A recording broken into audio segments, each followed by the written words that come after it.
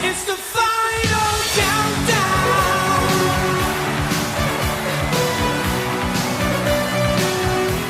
The final countdown.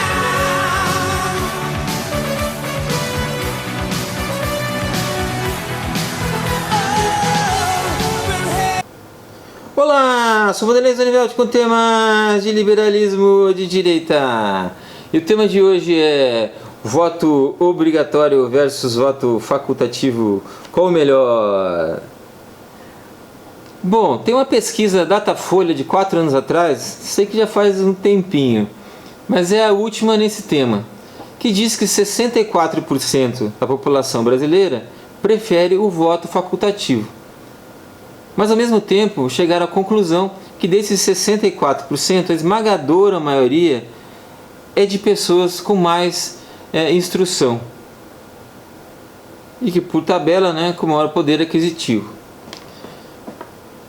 Então as pessoas que preferem o voto obrigatório são pessoas com menos instrução e menor poder aquisitivo. Mas por que isso acontece, Isso acontece porque quem tem mais instrução já não aguenta mais esses vagabundos, E consegue ver que o cara é vagabundo. Não tem nada que faça votar nesses vagabundos, que corruptos, que malversam dinheiro público, que mentem adoidado, que aparecem só nas eleições e depois somem. Ninguém quer. Pergunta para os seus amigos, Nós que temos mais instrução, pergunta para os teus amigos que são também com mais instrução. Você votaria? Não, nem nunca. Votaria se fosse, sei lá, um parente meu ou uma pessoa que eu gosto muito. Senão não sairia de casa, não sairia da cama. Seria um domingão, de fazer churrasco. Ninguém quer votar. Agora, quem tem menos poder aquisitivo, aí já entra naquele que eu falei lá dos 7 tipos de comunista.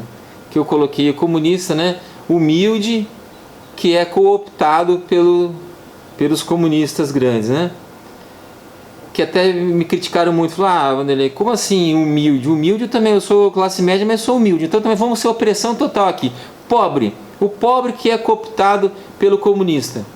Claro que tem o pobre de direita que não vai ser cooptado de jeito nenhum, ele está na direita, então esse tira. E tem o pobre que acaba virando comunista por afinidade, Chega alguém lá e fala, se você votar em mim, eu vou te dar a cesta básica.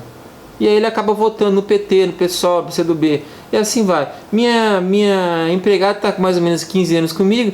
E toda eleição alguém promete para ela uma casa própria. E ela acredita. E aí ela ganha o candidato, ela vai atrás do candidato, o candidato manda falar com outra pessoa. E no final ela nunca ganha. Você faz lá, às vezes ela entra numa fila que nunca dá certo. Eu mesmo já tentei ajudá-la, não dá, e fica por isso mesmo. Nessas últimas agora, de novo, ela votou em alguém que ofereceu. Então tá. Então esse povo acaba, e com o tempo ela foi virando comunista mesmo. O Lula entrou e tal, e agora ela tá só comunista. E quando se tornou comunista, começou a ficar contra mim também um pouco. Nós éramos bem amigos, aí já ficamos com a relação um pouco assim. Porque acontece o seguinte, ela entra como comunista e se torna proletariado mesmo. Ela era só pobre, agora ela é proletariado, ela é ideológico. Aí é que ela vai contra quem? Contra a burguesia, que ela supõe que eu seja burguesia. Então já começou a dar um certo atrito. E é assim que funciona. Então eles entram, os pobres, que não resistem, que são de direita, somem. Aqueles que não resistem se tornam esquerda e se tornam proletariado. E aí, através da teoria de Marx, vai contra a burguesia. Que inclusive até contra esses que são com a salário mínimo de direita, eles vão contra porque eles acham que são inimigos. E aí vem também a questão lá de Gramsci, que é o marxismo cultural, que é o que impera hoje. O que acontece? Eles, a teoria é de Gramsci, é de Lukács, é de Escola de Frankfurt e muitos outros, que falam que você tem que ocupar espaços para alcançar a hegemonia. Desculpa, até eu acabei de futebol, alcançar espaço. Futebol que fala, vamos ocupar os espaços do campo e tal. E aí, para a hegemonia, ou seja, hegemonia qualquer, hegemonia cultural, lógico, hegemonia também política, ganhar o seu candidato. Então é isso que o marxismo cultural prega, alcançar o topo. E assim também vão essa gurizada, essa gurizada que está ocupando as escolas aí, eles são educados por Paulo Freire. Paulo Freire tem lá a pedagogia do oprimido, daí que vem a opressão, a pedagogia do oprimido. Então tem o oprimido que eles supõem sem eles, né? E aí tem os opressores, que de repente até são os pais dele lá, tal, né? São as autoridades, todo mundo, eles vão atrás dessa luta de oprimido com opressor. Então eles acabam entrando nessa mesmo, né? Do comunismo total, e aí fico contra a gente. Aí agora vem a pergunta: e aí? Qual melhor? Facultativo ou obrigatório? Obrigatório. Aí você me falar, mas que isso, rapaz? Eu não quero, que eu vou ficar votando. Rapaz, se nós não votarmos, eu como sou de direita hoje, eu vou votar. Mas por quê? Para tirar esses vagabundos do poder. Não é o que eu falei, não é para votar em ninguém não. Se bem que o Bolsonaro vai votar para ele, mas ó, em geral, estou votando só contra. Mas se eu tenho 10 amigos, meus 10 amigos não vão, e eu tenho minha empregada, ela tem 10 amigas, e as 10 vão, veja que lá, vai ter 11 votos contra 1 voto. Então eles vão ganhar tudo o tempo todo. Então a esquerda vai ganhar tudo o tempo todo. Vão ganhar PC, pessoal, PCdoB. Sempre eles vão ganhar. A Marina vai ganhar. Todo mundo vai ganhar. Nós que somos trouxas, como perder o tempo todo, porque nós vamos ficar deitados. Eu tenho vontade de ficar deitado? Tenho. Mas só que se não for, então tem que ser obrigatório. Porque se for para facultativo, até eu vou ficar meio assim de ir ou não ir votar. Então tem que votar sim. Todo mundo tem que ser obrigatório para forçar mesmo. Forçar a direita a sair. Não digo a direita de verdade vai sair da cama e vai, mas a grande maioria que gosta da direita, mas não é militante, digamos assim, eles não vão querer votar. E nós temos que forçar a eles a votarem, porque a esquerda não é só esse como eu falei, não é só os pobres aí que foram cooptados, não, é a militância, as ONGs, os sindicatos, é muita gente. Eles ganham com facilidades intelectuais, eles ganham com facilidade. Acabou para nós. Então tem que ser obrigatório. Então tá falando lá, eu vi lá o Bechar lá, que é lá da Band News, falando que agora tem que ser facultativo. Não pode.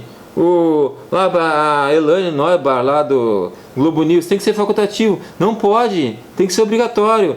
Vários falando que tem PECs, e tem mesmo PECs não pode forçar para que saia esses projetos de emenda constitucional agora não. Um dia sim, quando nós chegarmos ao ponto de não ter luta de classe. Nós temos um país tipo classe média. Nós temos um país lá como a Inglaterra, como a França, como a Alemanha. Aí sim, está... Claro que sempre tem umas classes diferentes, mas está mais ou menos equilibrado. Aí vai ser luta de ideias na hora do voto.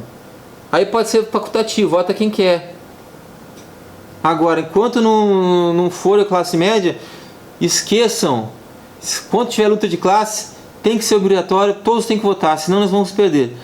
Citando aqui para ilustrar, o Chico Alencar, vocês devem conhecer, né? É um mascador de Zalé, ele vive na floresta do Bambi, sempre lá na floresta do Bambi, junto com a Narizinho, que linda, saltitante, com a Rosário e Lindbergh, tudo um atrás do outro no trenzinho, né? Um assim, né? Encostando e tal. Então ele está sempre lá. Ele fala assim: o voto obrigatório é uma ideia que vem de longe, dos tempos da Revolução Francesa.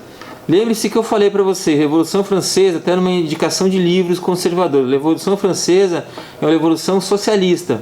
Só não é socialista no papel porque não tinha Marx ainda, mas é uma revolução de cunho socialista, ancorada em formulação de Jean-Jacques Rousseau. Jean-Jacques Rousseau é como se fosse o Marx da Revolução Francesa. É ele que deu a ideia e ele acabou morrendo antes, igualzinho o Marx. Segundo ele, Jean-Jacques Rousseau, o cidadão só pode ser o soberano da política se ao mesmo tempo for escravo do processo que constitui a vontade geral. Olha lá, aquele que eu falei do politicamente correto, é o duplo pensar lá desse povo. Ele pensa duplo e coisas contraditórias. Ele pensa, né, liberdade total, né, para a política, mas ao mesmo tempo tem que ser escravo. Como que uma coisa, escravo e liberdade, pode estar no mesmo polo? Não pode, né? Mas é assim que a esquerda pensa, desde Jean-Jacques Rousseau. Rousseau já falava isso, e agora os caras aqui de hoje ficam falando essa porcaria também. E aí ele termina aqui, ou seja, o poder político só emanará do povo se o povo participar da política, defendendo o voto obrigatório. Porque ele tem medo que mesmo esses pequenininhos acabem traindo, acabem não indo. E ele precisa que todo mundo vá. Só que esses, maioria, geralmente vão. Então, nós temos que pensar isso aí.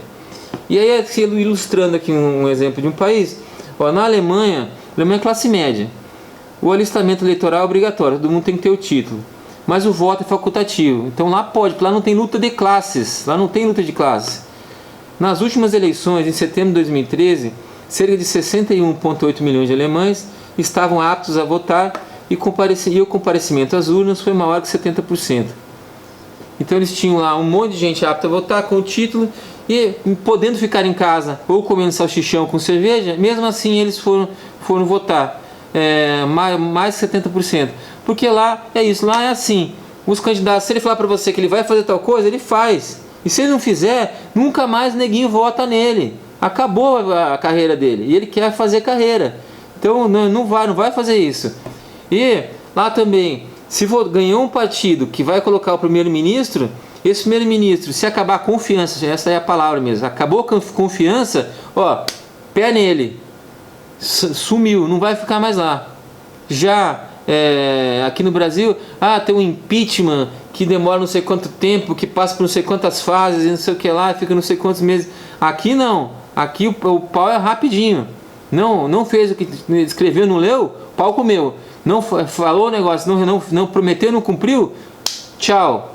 Então a coisa é séria. E se a coisa é séria e não tem luta de classe, aí é a hora de colocar o facultativo. Então, espero que um dia o Brasil estoure o primeiro mundo, acabe com a luta de classes, e aí as pessoas sejam sérias, e aí eu quero facultativo, porque eu prefiro realmente votar só se eu quiser. Mas hoje, se nós fizermos isso, nós vamos deixar a esquerda ganhar tudo.